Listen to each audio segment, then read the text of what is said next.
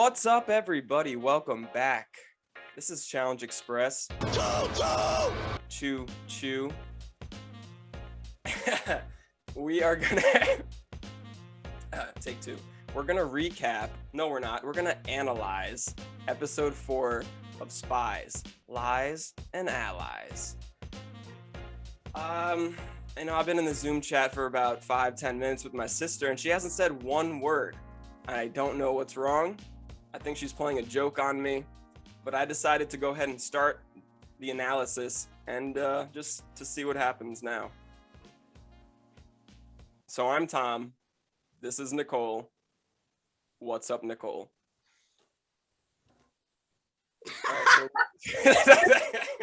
I'm just kidding. I can't do this anymore. That was good. I just didn't feel like talking. Yeah, I know you didn't. I know you. We're related. But now I have to. And I knew you were stubborn enough. That's why I pushed the envelope. I said, let's just start it. And let's force her to talk. All right. We start off episode 4 with our girl Big T getting shown some love from the smooth Spaniard love machine. I love them. Yeah. He's like, maybe I come here on another ocasión. Yeah. She's like, with who? She understood him perfectly. I was like, oh. Yeah. How are you doing, Nick? Good. I leave for my cross-country road trip tomorrow. Ooh. So how am I going to watch the challenge on Wednesday? Yeah, so that's something we're going to have to talk about. I might have to substitute somebody in for you. Mom? I don't know if I could talk to Mom about the challenge for 45 minutes straight without blowing my brains out. I do it like every other day with her. Okay, so maybe. We do need to get her a special appearance on here. But how'd you feel about the episode? I know we're talking about Big T already with Logan. That's obviously foreshadowing into the future because we haven't seen anything from this episode really after they, met up in that little gazebo romantic area. Yeah, they definitely put that in there for a reason. They probably just end up hooking up. Yeah. But yeah, overall the episode was good. Like I was telling you the other day, I was like biting my nails on the edge of my seat a lot, which is great. Yeah. Like that's what you want from these competitions. Yeah, and this was for the daily. I think this was the first like game of sabotage that we've seen. Right? Yeah, game of sabotage or popularity mission.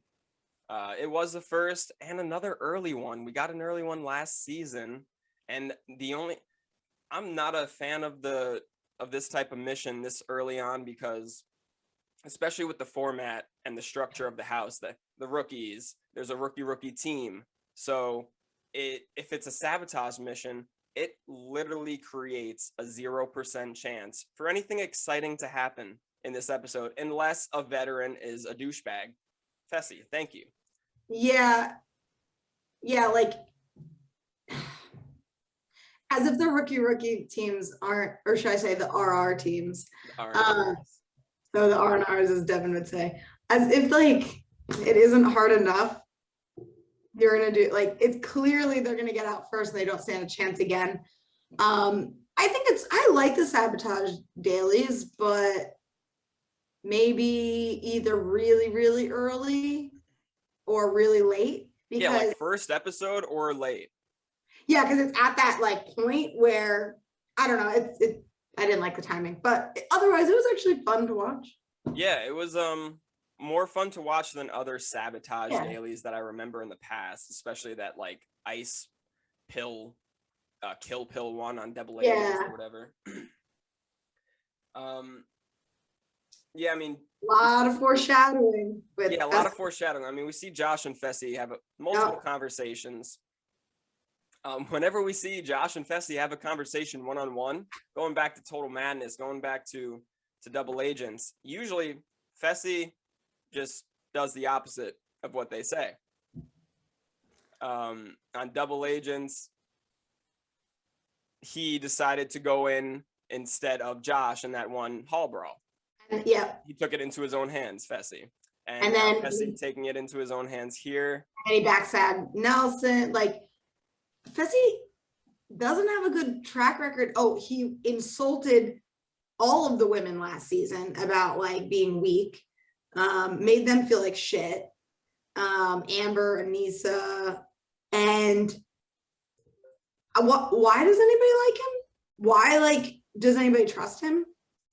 Yeah, so this might be the straw that broke the camel's back here, because I hate sayings. It's so true. I just don't like them. I don't get them, and I don't know why. I don't get them. All I know is it broke the camel's back, so don't ask me. Ask the camel. What does that mean? Can somebody explain to me in the comments? Like, I know what it means, but like, I mean, they're packing a lot of hay on the back of their humps, and then eventually. Oh, not like a straw, like. Wow, Nick, I thought you were smart. Wait. Oh, jeez. Wait, what? It's I'm so confused. Where do we go from here? Wait, are you kidding me? No, I don't think so. Am I wrong? I hope I'm not. This is why I hate saying. Don't show yourself ever again. I said diamond in the rust for like 25 years, and then somebody finally was like, what is it? It's diamond in the what? Rough.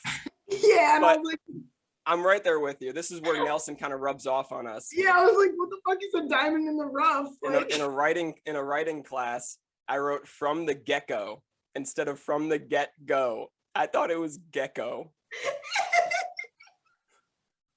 She was like, what does gecko mean? And I'm like, from the beginning, gecko. That was so stupid. Oh my God. All right. Back to reality. Where the hell were we? Fessy. Yeah, why do people like Fessy?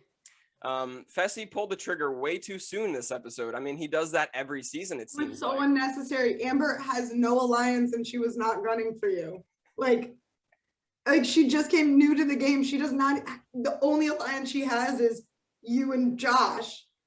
She doesn't have numbers. Yeah. But what? And why now? Like, seriously. Yeah, you're in the power position.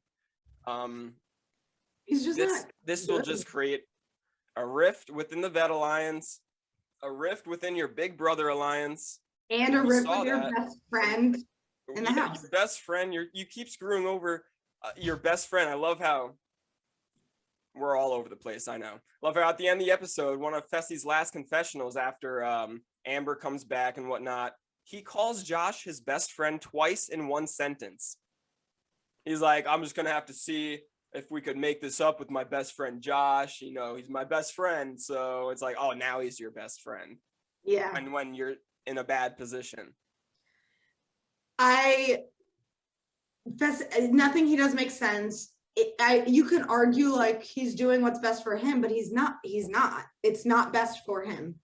Like, tell me best for him in a super greedy way where it's not best for him in the game. Maybe like emotionally it's best for him, but like it's not the best move you could do for your game. And isn't that, no offense, like, isn't that the whole, like, you're trying to win money? Yeah, it's only the 4th episode. You can't be making this big of a move right now. It wasn't even a big move though. Like, no, it was an unnecessary move. It was an unnecessary dumb move. Yeah, he was just didn't work out at all because she was playing with his emotions, and it's like cool at the cost of everything. Yeah. I don't like Fessy. Yeah, I mean, I don't like him either, but I mean, I like him. I don't hate him. He's a person on the show. Whoops. But I don't. Hey. Where are we? Like, I respect him and everything, but like, I do not agree with his gameplay at all. Yeah, I respect him as a competitor. I don't hate the guy. I like to root against him. That's for sure. Yeah, he's easy. Yeah. So that, but we'll talk about that in more detail towards the end of the analysis. Let's see. Why do Why is CT always teaching new people how to work out? I love it. Oh, Big T last Big season. T last season.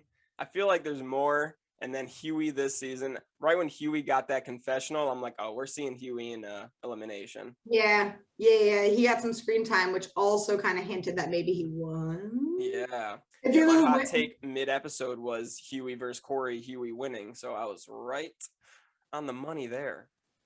Yeah, that workout scene was really funny. Huey, like, it could be editing as well, but Huey's definitely really entertaining, and Coriel's been, like, I liked him in the beginning, and then he kind of went quiet. So, but again, it could be editing. They could have, like, Yeah, I like Coriel as well. The way he talks, for some reason, it's almost like I'm losing interest. It's really? like the further he gets into a sentence, I don't know, maybe it's his monotone type of. Yeah, he is pretty, like, Yeah, whereas but Huey is like, "Ah." yeah, I mean, I like the dude. He seems like a really chill dude to hang out with, down to earth. I want to see him. I know now we're like really at the end, but I want to see him back. Like, Yeah, I'd like to see him back as well. If I had to like choose though between like him and Huey or him and Kells, I'd probably choose the latter. Hells. Okay. Well, anyway, why CT does workouts with more than just him? Big T. Was there another one? Oh, I'm sure there's been Probably. dad CT moments in the gym. But, Yeah, he's such a dad. A disturbing moment was Dial. Ew. Dial. I didn't need to see that. No, nobody did. But this episode also featured Devin and Kyle's friendship. A lot. And because at the Daily Challenge, which we're getting into right now, it was called Undercover Comms. Like that transition, that was the smoothest transition we've ever had into a Daily Challenge. I'm gonna interrupt it. So I can't, because I don't want to forget when Devin was like, oh, Corey's so annoying. Oh, this is for my family. Fuck your fit or whatever he said. He was like, fuck that. I'm so sick of hearing that. And Kyle's like, hey man, I'm having a baby. That was so funny. Yeah, that was a great moment. All right, Daily. Undercover Comms, hanging rig above water, just another Daily Challenge. On this rig, there are 3 codes. One partner must hang like suspended upside down, attached to this rig, reading these codes through a walkie-talkie to their partner on the ground. Partner on the ground has to run to a decoding station, get the correct number, go back to the main station, and put in the code, retrieve a kill pretty much to put on somebody. And I feel like I say this a lot, so it's probably me. Like, I was a little confused during this one. Yeah, I didn't listen to TJ reading the instructions, so that's probably why I was confused. But also, I was confused like with the decoding station. Yeah, like I'm wondering if underneath, like, I want to know how many there are. Were there 5? And were they just like in order? So you just go to the first one, second one. Like, I think that's how it was. So I caught a glimpse of it, and it was like, so each code was like 4 like dash line. What was it? Right. Well, it depends. Dash and dot, or as Berna would say, line and point. Yeah, dash and dot here. So dash dot dash dot. That's one code, which equals one number. So then you would go to the decoding station, see dash dot equals 6. Oh. Yeah. Oh. Yeah. So then like dash dot could be 7. So you go over and you're just reading it, grabbing the number, going back to and there's like 4 things on the code probably. Yeah. To open. Oh. Yeah. It was kind of hard. It did seem like it was easier, right, than maybe it should have been watching it. Like it just seems like they're reading one code to the person on the ground, and then the person on the ground just easily gets the decoding. But yeah, I think speed, communication, and not being affected by the heights, and memorization, because you could repeat a code on a second tile or whatever, but one of the dash dot could have been on the first one, and you're reading it again on the second one. So Esther could be like, oh, I remember dash dot from the first code we did. Yeah, but that would be unfair. Like, every single person's lockbox should either be 4 unique numbers or they all have a duplicate. That would be unfair if one person had a duplicate number, because then that's less work. Yeah. I guess. I'm just sorry. Like, Playing devil's advocate. Can't but hate anyway. But I mean, the challenge starts off normally. Huey has a mental breakdown. I was just gonna say, it starts off like any other one. Ashley screaming at Huey. Yeah, Ashley overreacting. Ashley is getting on my nerves this season. Give Huey a break. I don't know. I think they have I don't think she's being mean or malicious. Maybe she is, because then towards the end she's or she's just being dramatic, which is also stop. Wait, Ashley being dramatic? Yeah, that's true. Corey couldn't see. This is another reason why I like Corey. Let me say that again. But he couldn't get the hang of this challenge. No pun intended. See, I understand puns. Okay. I don't understand sayings. All right, I'll just stick to puns with you. Thank you. But yeah, Corey couldn't figure it out, but it didn't seem like. What? I don't remember that. What? He couldn't move. He couldn't Oh yeah, he was stuck. He couldn't get somethum or something. Yeah. Or he just didn't understand how to move up there. But in the elimination, we saw the same exact thing. He's like, I'm stuck. And it's he's like, no, you guys don't understand. It's no, there's not a malfunction. You just need to figure it out. Yeah. He's a big dude. He's almost like that type of big dude that can't lift his arm up past his head, So I guess that's why he can get stuck in these situations. Arms are huge. He is. His arms are like barrels. Yeah. Yeah, so maybe, him talking to Fessy in the club scene, they're the 2 biggest dudes in the house. So it would make sense for them almost to, have each other's back. But yeah, there's a lot of big rookies coming into the season, and the vets did a good job at really getting the big threats that were rookies out. Kells, Corey. Anything else that obviously the whole Kyle Devin situation. I mean, it was hilarious watching Ashley drop Nelson. Yeah. I was into that. It seems like they're having fun with it now. Hopefully it doesn't get nasty again. Yeah. It seems like she's just yeah, I agree. Yeah. From at least what we've been able to see. But yeah, Amber and Josh win the first heat. Yeah. Before that, CT drops Michelle and Corey, and Emmanuel has a hilarious confessional where he's like, CT, you dropped Michelle, I'm coming after you. No, don't come after me. He's so goofy. It's so funny because I just don't picture his personality. Yeah. I don't know. Huey.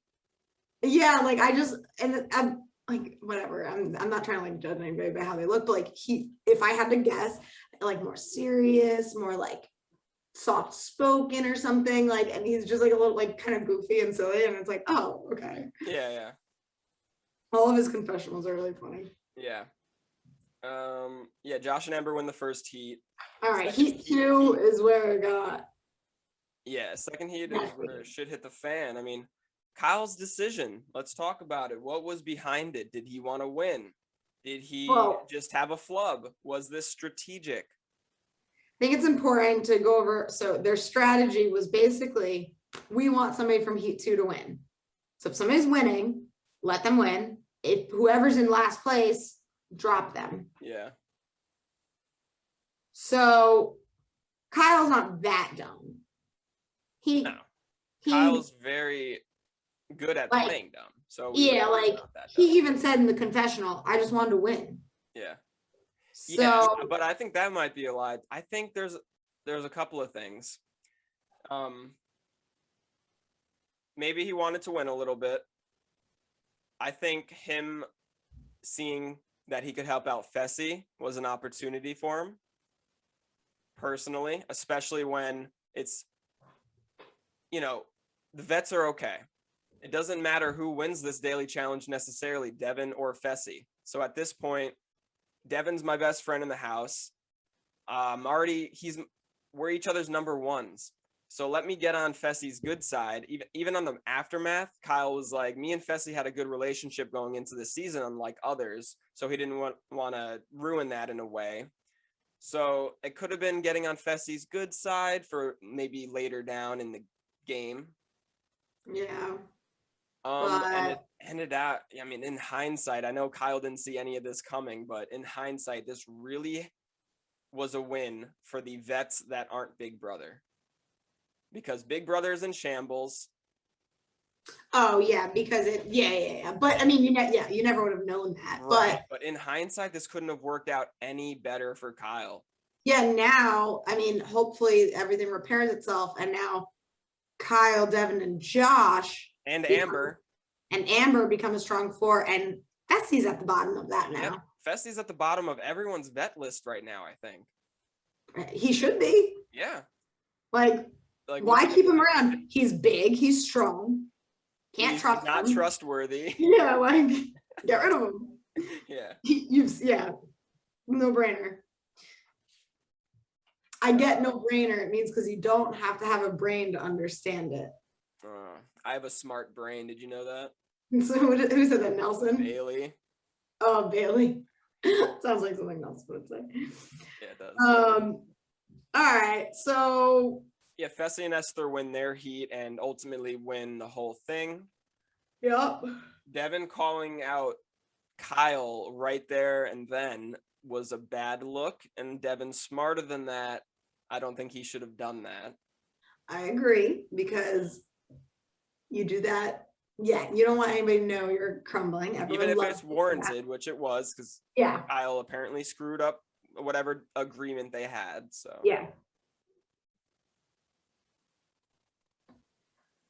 We get to go on a night out a little bit. Emmanuel and Michelle, we finally see them kiss. And then it just kind of lined up for Michelle and Corey to go home this episode because, yeah, we saw finally Emmanuel and Michelle get together. On the aftermath. They probably have been a lot. That's just like the first time they showed a kiss. Right. But that's why the first time they're showing it is like now it's like, okay, something. And then Emmanuel made a comment about his girl. And then, apparently in the aftermath show, Fessy and Michelle were together before they met up. I think they might have been in the same hotel together. Wait, what? Yeah, it was really sketchy. It seemed like they hooked up. Are you spreading rumors on our podcast? Always. Yeah, it could be accurate. I don't care. Wait, but you think Fessy and Michelle hooked up? So Fessy and Michelle. You think so? Yeah, I think so. They were acting like it. They were acting guilty. And like they were answering questions, and one of the answers was Michelle, and everyone wrote Michelle on their whiteboard, but Fessy wrote Michelle with one L, like it's an inside joke. Like, I know how to spell your name, babe. Her name is with one L. I know, but he knew. Oh, he wrote. I wonder who told him and when. Oh my gosh. You're yeah. You have no substance to this accusation, like none. Jeremiah Amber, which was unexpected, but they're feeling each other. That was cool.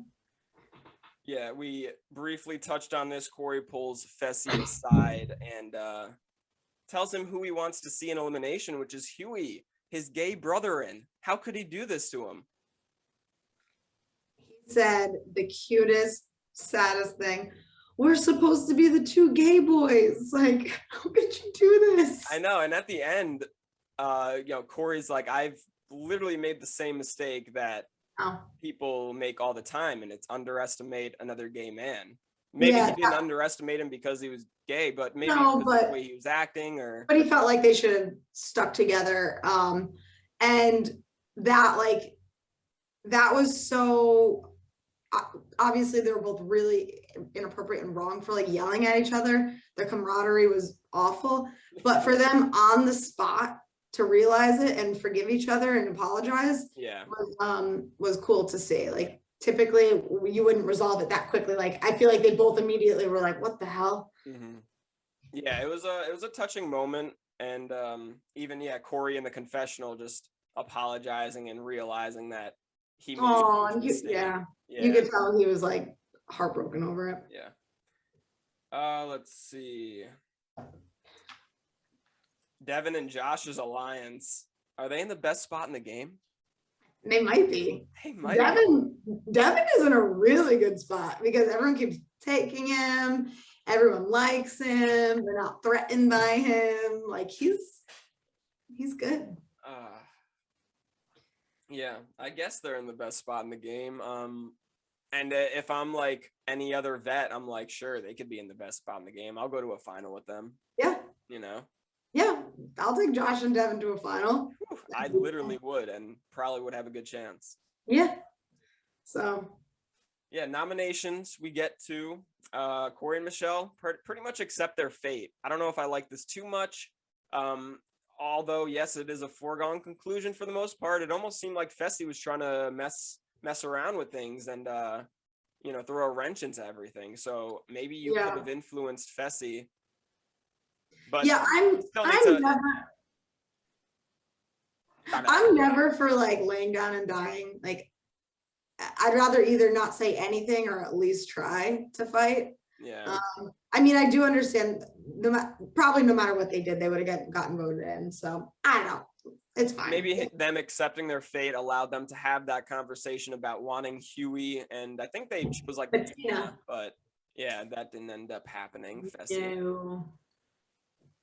Let's see. Yes, we see Huey admit that he burned a vote on themselves in the midst of, Corey and Huey arguing in nominations. And again, Ashley overreacts. It didn't mean anything, Ashley. Why are you so upset? I think she's more frustrated because what she said in the confessional were like that, like if enough people voted for them, that could have been the vote. But she knows that nobody voted for them. Yeah.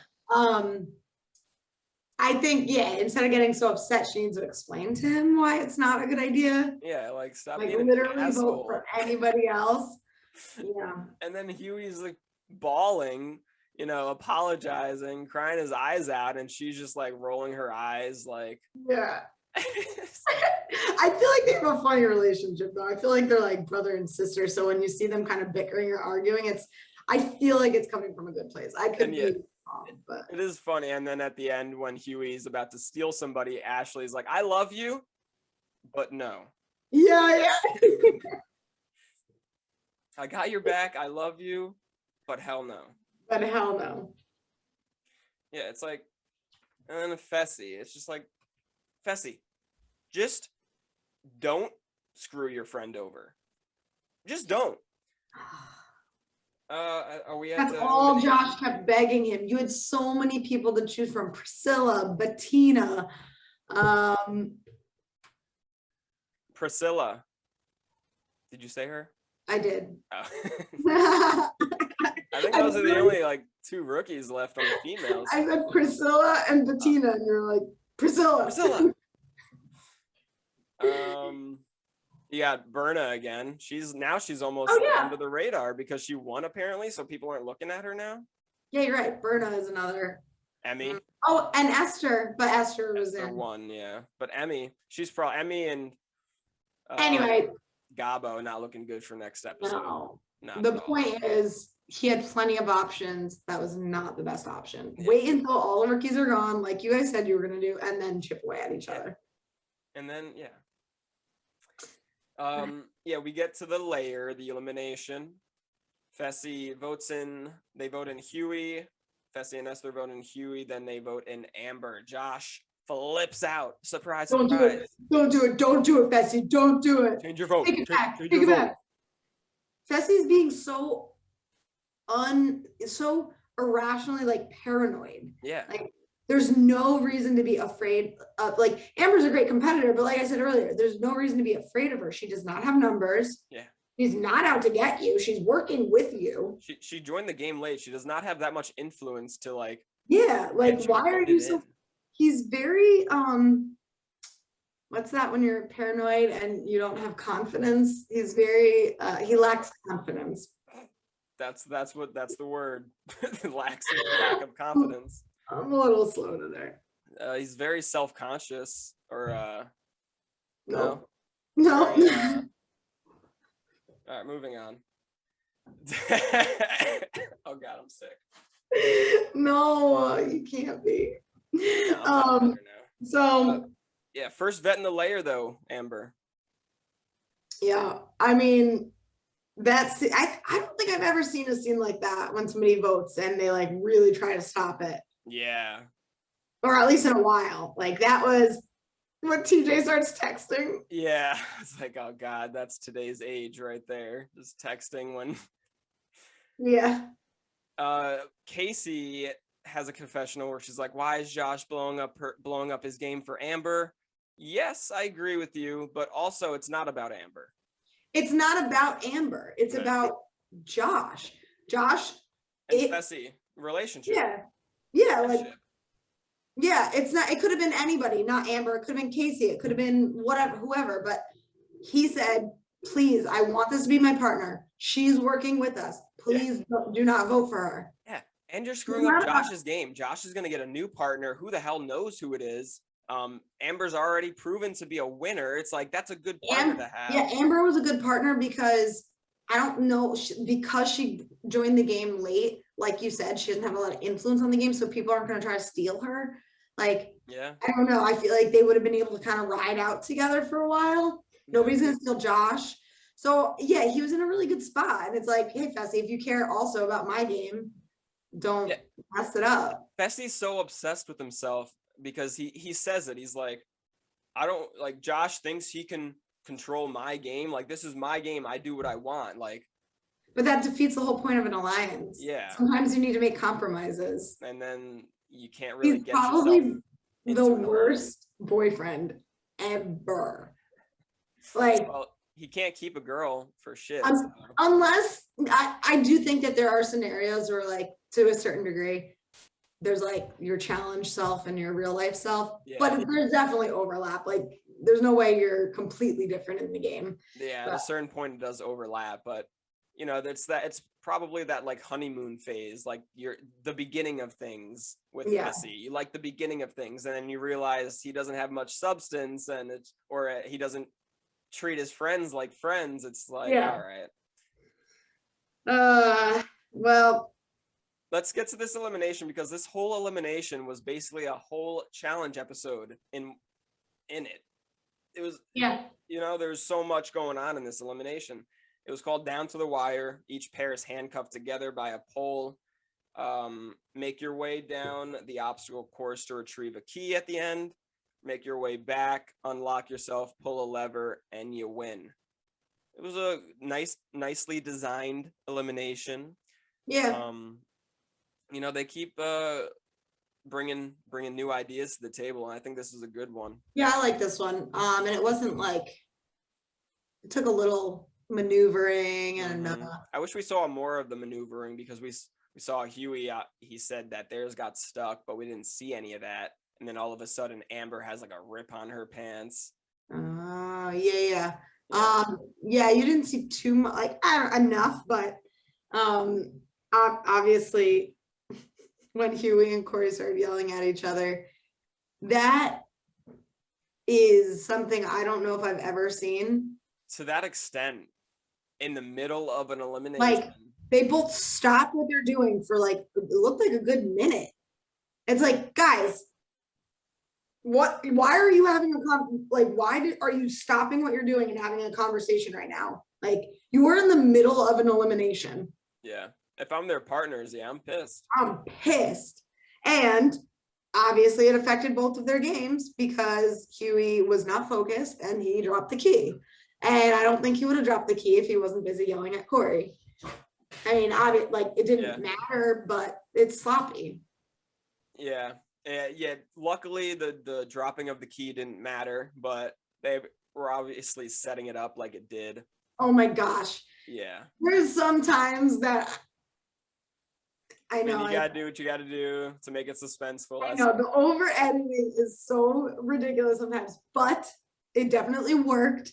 I was like biting my nails and I was like, oh my gosh, are they not going to win now? But clearly that second when they realized they dropped the key and they're both just staring at it, they held that frame for like 3 minutes and they just like kept going back to it like they weren't getting the key. But then in reality, when they like played the clip, it was 1 second and then they just boom got it. So and they were themselves, Huey and Ashley were almost panicking too. Because Huey's like, "Can you get the key, Amber?" And Amber's like, "No, I can't get it. We don't have time to fuck up." And then Huey's like, "Oh, okay." Yeah. Like, but I mean, it did make me think like, oh man, here we go. Even if Corey and Michelle didn't get stuck, I think Huey and Huey was doing really well, and Amber, but Huey, it seemed like, was leading the dance and really pushing them through that at a fast pace. He was proven to be a pretty good competitor on several occasions. If he doesn't get distracted, he's really solid. Lack of focus obviously is something. Couple fears, heights and stuff. Fears, but those fears almost help him in the situation. Like, he has fears before, and then once he's doing it, his fears allow him to just do it. Yeah. And like at the fastest pace possible. Amber's flip at the end was great. Amber, what she said? She said, "Fuck Big Brother." Oh, wait, what'd you say? I said when she flipped at the final, like when she was like, "I gotta hop over," and it was like the final scene, and she just went whoop and tumbled over it. That was great. That was epic. Yeah, it was awesome. They win, and Amber immediately says, "Fuck Big Brother." Damn. And that marks the end. We needed somebody to say "fuck Big Brother," and Devin's not saying it anymore, so. Yeah. Oh, that's so good that she won. Like, I needed, not that like in any other scenario, I don't really know which team I would have voted for, but in this scenario, I was like, I need Amber to win because I need Fessy to feel like an idiot. Yeah, because this is going to set up so much entertainment in the house. Imagine she goes home, Fessy's plan works, and then people might go after Fessy, but people might move on. They might move on from it, but yeah, this is great. Yeah, Amber will not let them move on from this. Hell no. Oh, man, and she was already struggling with trusting him and trying to forgive him because she said a couple times, like, after watching back the last season and seeing all the things he was saying about me, like he was saying a lot of like negative things about her. So yeah, and then that's probably why he was like self-conscious about it. And I'm sorry. and probably why he wanted her out, because he's like, yeah, I know I said a lot of messed up things about her on TV and she watched it, so there's no way she's gonna forgive me. Yeah, and even this episode we saw Amber putting a lot of trust in Fessy's words. Yeah, and it's just like, are you a rookie? Like, didn't you just experience this last season? You're like the most experienced rookie right now. She was trying for Josh, and then she was trying. Yeah, I mean, and Josh promised her, and that's why Josh was pissed, because because Josh made a promise on Fessy's behalf, probably. Kind of. Yeah. And that's why Fessy was pissed, because he's like, you can't tell me how to play my game. It's like, I get it, but yeah, relax. You want control over literally everything. So Huey ends up choosing Ashley's like, don't pick me. So Huey ends up with Nani. I think that's a good pick for him. I think so too. Yeah, I think that's a solid choice. And then what did Huey say? He's like, she's not that good, but she has connections. Yeah, something like that. That sums up Nani. Damn. She's super mediocre, but has a lot of connections. Super mediocre.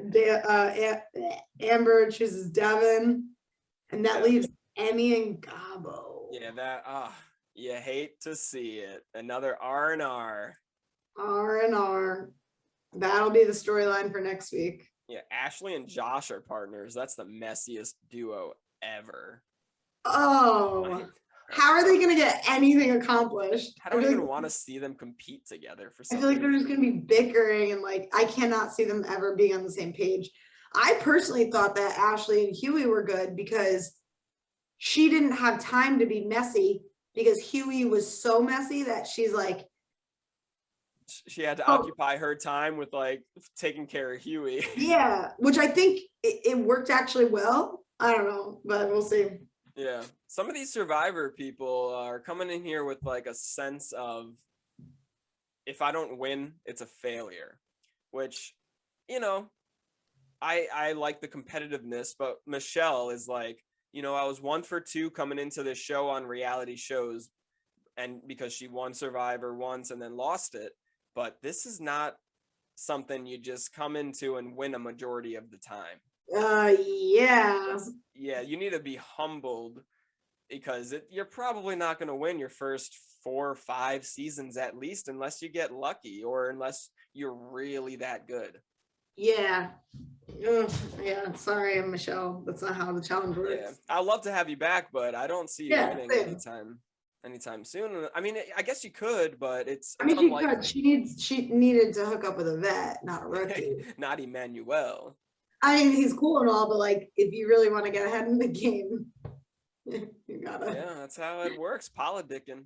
Yeah. Well, if my rumor is correct, her and Fessy. There you go. But that's not gonna help. Yeah, no, it's a wrong bet. All right, so let's do our Spies, Lies, and Allies. All right, yeah, I'll go first. Yeah. All right. Who's the biggest spy? Fessy. Oh yeah, for sure. Who's the biggest lie? Fessy. Who's the biggest ally? Not Fessy. Not Fessy. There you go. Fessy. That's my answer. 3 and 3. Oh man. Yeah, that was pretty easy. Yeah. Yeah. But yeah, I think that wraps it up. It does suck for the rookies that the R&R teams, or all the rookies that couldn't make it past what I like to call the merge. It seems like the vets are finally attacking each other, and it's like, if you're a rookie, you just got to make it past that point. Yeah. Because then you can actually have a chance with the political game you play or the social game you play. Anything before the merge, it's like you have no chance no matter what you say. No, unless you're hooking up with a vet. Yeah. That will help. So, yeah, the cards were really against them. It couldn't have gone against them more. And you hate to see it, because you didn't really learn much or like take anything away from it, because you were screwed from the get-go. From the get-go. But yeah, just wanted to add that in right there at the end. Thanks for watching, everybody. This has been fun. We'll be back analyzing episode. No, we won't. You won't be back analyzing episode 5 of the episode. I'll be here, whether it's by myself or with a friend or with my mother. Hey, maybe I can call in from the RV. Yeah. I'll be on the road. All your friends are going to be looking at you like you're nuts. No, I'll go hide in there's a back room. All right. I'll just be chilling. Now it's even more awkward. You're hiding from that in an RV. And maybe we'll make it work. We'll see. But if not, regardless, something will be on the channel or on Apple Podcasts. All right. Thanks for watching, everybody. Definitely comment, like the video, subscribe to the channel. No spoilers. Yeah, I want to put that out there. No spoilers. We don't want to see who wins this season. We don't want to see who wins, what happens next episode. We see the preview and everything, but we don't want to see exactly what happens or hear exactly what happens. Well, and also we don't want to ruin it for other people watching the video as well. Yeah. Other people, that are looking at comments. But yeah, thanks for watching. We'll see you guys next time. Peace out. Bye.